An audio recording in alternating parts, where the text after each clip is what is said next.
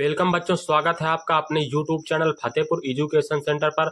आज हम लेकर आए हैं बीए फर्स्ट ईयर यानी द्वितीय सेमेस्टर।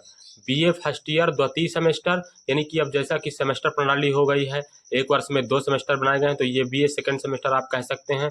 ये हिंदी का टॉपिक है जो कि बहुत ही इंपॉर्टेंट होने वाला है। अगर आप 2024 में बीए द्वितीय सेमेस्टर में हैं यानी कि बीए सेकंड सेमेस्टर में हैं, फर्स्ट ईयर के सेकंड सेमेस्टर में हैं, अगर आप द्वितीय सेमेस्टर में हैं तो ये वीडियो हिंदी का ही आपके लिए बहुत ही महत्वपूर्ण होने वाला है। आप वीडियो के अंत तक बने रहें ताकि ये जो हम परिभाषा बताने जा रहे हैं ये हर वर्ष बोर्ड एग्जाम में पूछी जाती है और ये बहुत ही इम्पॉर्टेंट है। तो आप वीडियो के अंत तक बने रहें। हम शुरू करते हैं बिना आपका समय वेस्ट किए हुए। देखिए यहाँ पर है पारिभाषिक शब्द की परिभाषा यानी पारिभाषिक शब्द की परिभाषा।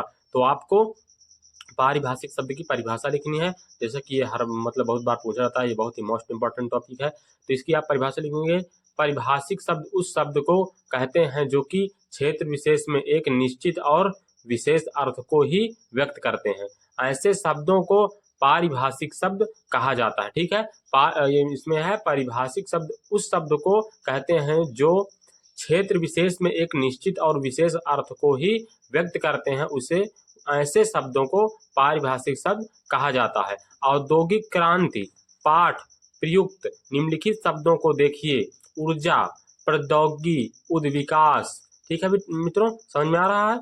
अवदान, परिवहन, यंत्रीकरण, प्रक्रिया, ये शब्द विज्ञान के क्षेत्र हिंदी में पारिभाषिक शब्द हैं। अगर ये आपको कठिन लग रही हो यानी कि ये परिभाषा अगर आपको कठिन लग रही है तो एक परिभाषा और हमारे पास है, वो और सरलीकरण है उसका, यानी कि वो सरल तरीके से है।